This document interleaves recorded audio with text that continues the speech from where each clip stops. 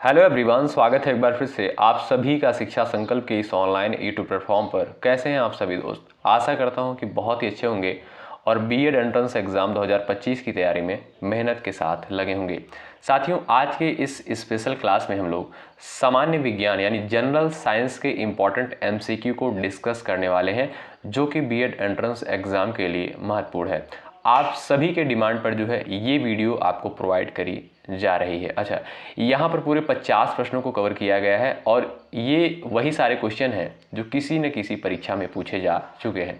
तो आप लोग पूरे धैर्य के साथ अंत तक बने रहिएगा, बहुत ही इंपॉर्टेंट सेशन होने वाला है। आइए शुरुआत करते हैं और पहला सवाल जो है आपके स्क्रीन पर है कि मनुष्य का सामान्य रक्तदाब जो है कितना होता है।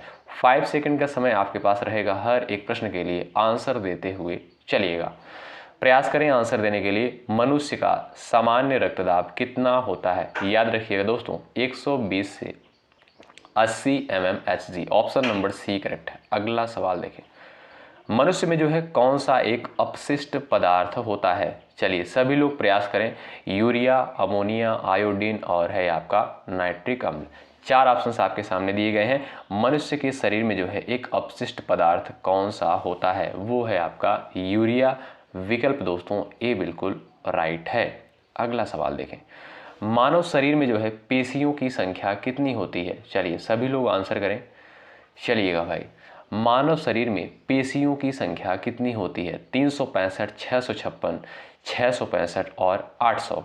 याद रखें 665। ऑप्शन थर्ड करेक्ट हो जाएगा। मानव शरीर में पेशियों की संख्या जो होती है वो होती है आपकी 665। सी ऑप्शन आपका करेक्ट चला जाएगा। अगला सवाल, मनुष्यों में पुनः स्थापित होने वाले दांतों की संख्या कितनी होती है? 12, 20, 24 और 32। सभी लोग आंसर कर दें। चलिए भाई, मनुष्यों में पुनः स्थापित होने वाले दांतों की कुल संख्या कितनी होती है? 20। ऑप्शन नंबर बी करेक्ट है। सेकंड ऑप्शन आपका राइट है। भाई सभी लोग एक बार सेशन को लाइक कर दें और सेशन को शेयर करते हुए चलिएगा आप लोग, ठीक है? लाइक की संख्या भाई बढ़ाते हुए चलिएगा। अगला सवाल है, मानव शरीर की सबसे मजबूत हड्डी जो है कहाँ उपस्थित होती है? जबड़े में, जांघ में, गले में, बाहों में? बताएं। सभी लोग आंसर दे सकते हैं। मानव शरीर की सबसे मजबूत हड्डी जो है कहाँ पर उपस्थित होती है? आप सभी को पता होगा जबड़े की हड्डी जो होती है ये सबसे मजबूत हड्डी होती है। ए ऑप्शन आपका यहाँ पर बिल्कुल करेक्ट है। अगला सवाल देखें, मानव शरीर में कुल कितने कशेरुकी खंड होते हैं? 46, 23, 33 और 55। मानव शरीर में कुल कितने कशेरुकी खंड होते हैं? याद रखिएगा दोस्तों, ऑप्शन आपका थर्ड करेक्ट हो जाएगा। मानव शरीर में कुल 33 कशेरुकी खंड होते हैं। सी ऑप्शन आपका यहाँ पर करेक्ट है। अगला सवाल देखिएगा, हमारी अस्थियां तथा दांत सामान्यतः किससे बने होते हैं? प्रयास कर सकते हैं आप लोग आंसर देने के लिए। हमारी अस्थियां और दांत जो है सामान्यतः किसके बने होते हैं?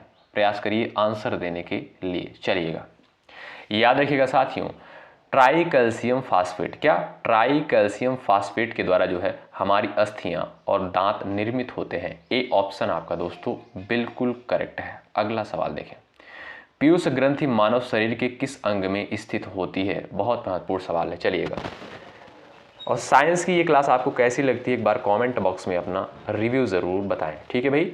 चलिए, पीयूष ग्रंथि मानव शरीर के किस अंग में स्थित होती है? तो ये दोस्तों आपका मस्तिष्क में स्थित होती है पीयूष ग्लैंड, ठीक है? ए ऑप्शन आपका एकदम करेक्ट होगा। अगला सवाल देखें, स्तनधारियों में सबसे बड़ी ग्रंथि जो है कौन सी होती है? बताएं। स्तनधारियों में सबसे बड़ी ग्लैंड जो है कौन सी होती है? वो है आपका क्या? यकृत, मस्तिष्क और किडनी। यहाँ पर जो है आपका 3 ऑप्शन दिया गया है और यहाँ पर जो आपका करेक्ट आंसर हो जाएगा दोस्तों वो होगा आपका यकृत। ए ऑप्शन यहाँ पर बिल्कुल करेक्ट है, ठीक है भाई? सबसे बड़ी ग्रंथि जो होती है वो है आपकी यकृत। अगला सवाल देखें, सवाल नंबर 12 कहता है, मानव शरीर की सबसे बड़ी मिश्रित स्रावी ग्रंथि जो है कौन सी है? बताएं। चलिए भाई, सभी लोग प्रयास कर सकते हैं आंसर देने के लिए। मानव शरीर की सबसे बड़ी मिश्रित स्रावित ग्रंथि जो है कौन सी है? और ये प्रश्न जो है दोस्तों कई परीक्षा में आया है, वो है आपका अग्नाशय। ठीक है, सी ऑप्शन करेक्ट है। मानव शरीर की सबसे बड़ी स्रावित जो मिश्रित स्रावी ग्रंथि होती है वो है आपकी अग्नाशय। अगला सवाल, कौन सा रोग जो है आयोडीन की कमी के कारण होता है? बिल्कुल बेसिक सा क्वेश्चन है, ये तो सभी लोग आंसर कर देंगे। तो आयोडीन की कमी से जो है क्या रोग होता है? घेंघा। ऑप्शन नंबर ए करेक्ट है। अगला सवाल, कौन सा रंजक जो है मानव शरीर को रंगत प्रदान करता है? चलिए प्रयास करें आंसर देने के लिए आप लोग। कौन सा रंजक जो है मानव शरीर को रंगत प्रदान करता है? 4 ऑप्शंस आपके सामने हैं, तो वो है आपका melanin. Option number D correct है। ऑप्शन नंबर डी बिल्कुल राइट हो जाएगा। ठीक है, मेलानिन क्या है दोस्तों? ये एक रंजक है जो मानव शरीर को रंगत प्रदान करता है। डी ऑप्शन करेक्ट है। अगला सवाल देखें, आंखों के रंग के लिए उत्तरदायी रंजक जो है कहाँ उपस्थित होता है? बताएं। चलिए, रेटिना में, आंख की पुतली में, रोड कोशिका में, कॉर्निया में। याद रखें आंख की पुतली में। ऑप्शन बी करेक्ट हो जाएगा। ठीक है, आंखों के रंग के लिए उत्तरदायी जो रंजक होता है ये कहाँ उपस्थित होता है? ये आपका आंख की पुतली में उपस्थित होता है। बी ऑप्शन बिल्कुल राइट है। अगला सवाल देखें, सवाल नंबर 17, मानव शरीर में अवग्रह बृहदांत्र किसका भाग है? बड़ी आंत, छोटी आंत, अग्नाशय और यहाँ पर है आपका आमाशय। चलिएगा, मानव शरीर में अवग्रह बृहदांत्र किसका भाग होता है? ये आपका बड़ी आंत का पार्ट होता है। ए ऑप्शन दोस्तों बिल्कुल करेक्ट है। और अगला सवाल आपके स्क्रीन पर है, सवाल नंबर 18, इनमें से पौधे की कौन सी संरचना प्रक्षेपण के लिए उत्तरदायी है? बताएं। इनमें से पौधे की कौन सी संरचना प्रक्षेपण के लिए उत्तरदायी है? तना, रंध्र, छाल और जाइलम। दोस्तों राइट आंसर हो जाएगा आपका छाल। सी ऑप्शन आपका करेक्ट है। यहाँ पर इनमें से जो है पौधे की कौन सी संरचना प्रक्षेपण के लिए उत्तरदायी है? तो वो होती है आपकी छाल। सी ऑप्शन करेक्ट है। अगला सवाल, मानव शरीर के संतुलन को नियंत्रित करने के लिए मस्तिष्क का कौन सा हिस्सा जो है जिम्मेदार होता है? जवाब दे सकते हैं आप लोग। मानव शरीर के संतुलन को नियंत्रित करने के लिए मस्तिष्क का कौन सा हिस्सा जिम्मेदार होता है? वो होता है दोस्तों आपका क्या? सेरिबैलम। क्या? सेरिबैलम। ऑप्शन बी करेक्ट है। और बहुत महत्वपूर्ण सवाल है भाई, क्या हुआ लाइक की संख्या नहीं बढ़ रही है? आप लोग लाइक की संख्या जरूर बढ़ाएं। अच्छा, लाइक के लिए मैं आपसे इसलिए बोलता हूं जिससे ये सभी के पास ये वीडियो पहुंच जाए। ठीक है, और कोई उद्देश्य नहीं होता है। तो भाई लाइक की संख्या आप लोग बढ़ाते चलें। शैवाल की कोशिका भित्ति बनी होती है किससे? काइटिन से, सेल्यूलोज से, सुबेरिन से, क्यूटिन से। बताएं। चलिएगा, शैवाल की कोशिका भित्ति जो है किसके द्वारा बनी होती है? राइट आंसर हो जाएगा सेल्यूलोज से। बी ऑप्शन दोस्तों यहाँ पर बिल्कुल राइट है। अगला सवाल देखें, खमीर क्या है? एक ब्रायोफाइटा, एक कवक, एक शैवाल, एक जीवाणु। 4 ऑप्शन आपके सामने दिए गए हैं, आप सभी लोग आंसर देने का प्रयास करें। ठीक है, चलिए भाई प्रयास करें आंसर देने के लिए। खमीर जो है आपका ये क्या है? चलिए, ये आपका दोस्तों एक प्रकार का कवक होता है। ए ऑप्शन आपका यहाँ पर बी ऑप्शन बिल्कुल करेक्ट हो जाएगा। ठीक है, बी ऑप्शन आपका राइट है। अगला सवाल देखें, किस यंत्र के द्वारा जो है तनों की वृद्धि की माप की जाती है? बताएं। तनों की वृद्धि की माप जो है किसके द्वारा करी जाती है? Hydrometer, seismometer, oximeter, speedometer. प्रयास करें सभी लोग आंसर देने के लिए। चलिएगा, याद रखिएगा साथियों, राइट आंसर हो जाएगा आपका ऑक्सीमीटर। क्या? ऑक्सीमीटर आपका यहाँ पर सी बिल्कुल करेक्ट होगा। ठीक है, तनों की वृद्धि की माप जो है ऑक्सीमीटर के द्वारा करी जाती है। अगला सवाल, सवाल नंबर नेक्स्ट, एक जंतु कोशिका के भीतर सबसे प्रचुर मात्रा में कौन सा अकार्बनिक घटक पाया जाता है? बताएं। चलिए भाई सभी लोग प्रयास कर लीजिए आंसर देने के लिए फटाफट भाई। चलिए, एक जंतु कोशिका के भीतर सबसे प्रचुर मात्रा में कौन सा अकार्बनिक घटक पाया जाता है? वो है आपका दोस्तों जल। ठीक है, ऑप्शन नंबर डी करेक्ट है। अगला सवाल देखें, किस वैज्ञानिक ने डीएनए का द्विकुंडली मॉडल दिया था? बताएं। जॉन डाल्टन, जॉन ईसॉल्क, वाटसन और फ्रिक रदरफोर्ड। बताएं। प्रयास कर सकते हैं आंसर देने के लिए। किस वैज्ञानिक ने डीएनए का द्विकुंडली मॉडल दिया था? प्रयास कर सकते हैं सभी लोग आंसर देने के लिए। वाटसन और फ्रिक। क्या? वाटसन और फ्रिक। और बहुत महत्वपूर्ण सवाल है, डीएनए का फुल फॉर्म क्या होता है? Deoxyribose nucleic acid. ठीक है। अच्छा, आप लोग जो है कमेंट बॉक्स में आरएनए का फुल फॉर्म बताइएगा। ठीक है, आरएनए का फुल फॉर्म क्या होता है? डीएनए का द्विकुंडली मॉडल जो है किसके द्वारा दिया गया? वाटसन और क्रिक के द्वारा। ऑप्शन नंबर आपका सी करेक्ट है। अगला सवाल, कोशिका की आत्महत्या की थैली किसे कहा जाता है? महत्वपूर्ण सवाल है, पूछा गया है। ये सारे प्रश्न जो है दोस्तों किसी न किसी परीक्षा में पूछे जा चुके हैं। कोशिका की जो है आत्महत्या की थैली जो है किसे कहा जाता है? वो है आपका लाइसोसोम। ऑप्शन नंबर आपका ए बिल्कुल यहाँ पर करेक्ट है। अगला सवाल देखें, क्लोरोफिल में कौन सी धातु उपस्थित होती है? बता दीजिए आप लोग, क्लोरोफिल में जो है कौन सी धातु उपस्थित होती है? चलिएगा, क्लोरोफिल में जो है कौन सी धातु उपस्थित होती है? लोहा, मैग्नीशियम, जस्ता, कोबाल्ट। करेक्ट आंसर आपका क्या है? मैग्नीशियम। क्या? ऑप्शन नंबर बी करेक्ट है। क्लोरोफिल में जो है कौन सी धातु उपस्थित होती है? मैग्नीशियम। बी ऑप्शन करेक्ट है। अगला सवाल देखिए, सवाल नंबर नेक्स्ट, दूध का धवल रंग किसकी उपस्थिति के कारण होता है? बताएं। Lactose, albumin, carotene, casein. चलिए, दूध का जो सफ़ेद रंग होता है ये किसके कारण होता है? ये दोस्तों आपका केसिन के कारण होता है। डी ऑप्शन आपका करेक्ट है। अगला सवाल देखें, इंसुलिन जो है किसके द्वारा उत्पादित होता है? बताएं। चलिए, सभी के पास 5 सेकंड का समय है, सभी लोग आंसर करें भाई। इंसुलिन जो है किसके द्वारा उत्पादित होता है? चलिए, अच्छा, जो भी साथी चैनल पर नए हैं सब्सक्राइब करके बेल आइकन को जरूर प्रेस कर लेंगे। यहाँ पर बिल्कुल फ्री में आपको चीज़ें प्रोवाइड की जा रही हैं बीएड एंट्रेंस एग्जाम के लिए। आप किसी भी स्टेट से हैं, उस स्टेट की बीएड प्रवेश परीक्षा की तैयारी कर रहे हैं, जरूर जुड़ें, निश्चित रूप से यहाँ से आपको हेल्प मिलेगी। तो इस सवाल का राइट आंसर क्या हो जाएगा दोस्तों? अग्नाशय द्वारा। ठीक है, इंसुलिन जो है किसके द्वारा उत्पादित होता है? तो ये आपका अग्नाशय द्वारा उत्पादित होता है। अगला सवाल, कौन सा रोग दोस्तों विटामिन ए की कमी के कारण होता है? बताएं, विटामिन ए की कमी के कारण जो है कौन सा रोग होता है? चलिए, प्रयास करिएगा, आंसर दीजिएगा आप सभी लोग।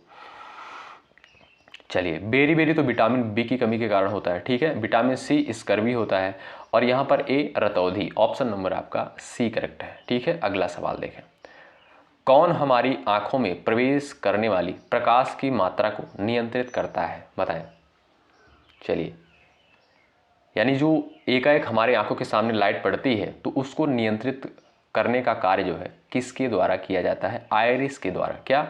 आयरिस के द्वारा। ऑप्शन सी करेक्ट है। ठीक है, ये आंख का जो है एक हिस्सा है। अगला सवाल देखें, पेड़ पौधों का खाना तैयार करने की प्रक्रिया क्या कहलाती है? बता दीजिए भाई। चलिए,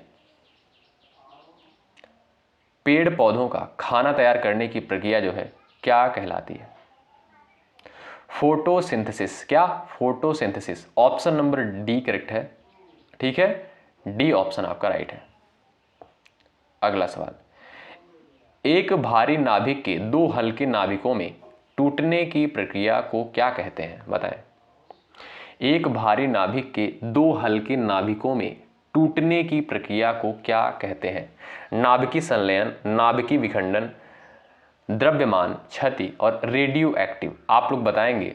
करेक्ट आंसर आपका क्या होगा दोस्तों? ऑप्शन नंबर बी राइट है, नाभिकीय विखंडन। ठीक है, बी ऑप्शन आपका यहां पर करेक्ट हो जाएगा। ठीक है, एक भारी नाभिकी के दो हल्के नाभिकों में टूटने की प्रक्रिया को नाभिकीय विखंडन कहते हैं। अगला सवाल, श्वेत रक्त कणिकाओं यानी WBC का मुख्य कार्य क्या होता है? बता दीजिए भाई, महत्वपूर्ण सवाल। चलिए, श्वेत रक्त कणिकाओं यानी WBC का जो है मुख्य कार्य क्या होता है? प्रयास करें आंसर देने के लिए। क्या हो जाएगा दोस्तों? रोग प्रतिरोधक क्षमता को बढ़ाना। बी ऑप्शन आपका करेक्ट होगा। ठीक है, रोग प्रतिरोधक क्षमता को बढ़ाना WBC का जो मुख्य कार्य होता है। अगला सवाल देखते हैं भाई, किसकी उपस्थिति के कारण जो है रक्त का रंग लाल होता है? बताएं। चलिए, महत्वपूर्ण सवाल, किसकी उपस्थिति के कारण जो है रक्त का रंग जो है लाल होता है? वो है दोस्तों आपका हीमोग्लोबिन। क्या? हीमोग्लोबिन के कारण जो है रक्त का रंग जो होता है वो है होता है आपका रेड होता है। ठीक है, अगला सवाल देखें, मानव हृदय में कक्षों की संख्या कितनी होती है? प्रयास करें सभी लोग आंसर देने के लिए। मानव शरीर में जो है जो हृदय होता है उसमें जो है कक्षों की संख्या कितनी होती है? तो वो होती है आपकी दोस्तों 4। कितने कक्ष पाए जाते हैं मानव हृदय में? सी ऑप्शन करेक्ट है, 4 कक्ष पाए जाते हैं। अगला सवाल, निम्नलिखित में से कौन सा रोग जो है वायु के द्वारा फैलता है? बताएं। चलिए, वायु के द्वारा जो है कौन सा रोग फैलता है? हैजा, टाइफाइड, एड्स। अच्छा, एक ऑप्शन और इसमें ऐड कर लीजिएगा आप लोग, क्या? प्लेग। ठीक है, प्लेग कर लीजिएगा, तो आपका प्लेग ही सही जवाब होगा। ठीक है, कौन सा रोग जो है वायु के द्वारा फैलता है? तो प्लेग जो होता है ये वायु के द्वारा फैलता है। अगला सवाल, किस तत्व की उपस्थिति के कारण गाय के दूध का रंग जो है हल्का सा पीला होता है? बताएं। चलिए, सभी लोग आंसर करें भाई। चलिए, 38 का जो है सबका आंसर आना चाहिए। Carotene, option number C correct है। ऑप्शन नंबर सी बिल्कुल राइट हो जाएगा। जो गाय के दूध का रंग हल्का सा पीला होता है वो कैरोटीन के कारण होता है। सी ऑप्शन राइट है। अगला सवाल देखें, निम्नलिखित में से किस विटामिन में कोबाल्ट पाया जाता है? बताएं। किस विटामिन में जो है कोबाल्ट पाया जाता है? B1, B2, B7, B12 में? बहुत महत्वपूर्ण सवाल है। चलिएगा, सभी लोग प्रयास कर लें भाई। किस विटामिन में जो है कोबाल्ट पाया जाता है? वो हो जाएगा आपका option number D, vitamin B12 में। किसमें? विटामिन B12 में जो है कोबाल्ट पाया जाता है। डी ऑप्शन करेक्ट है।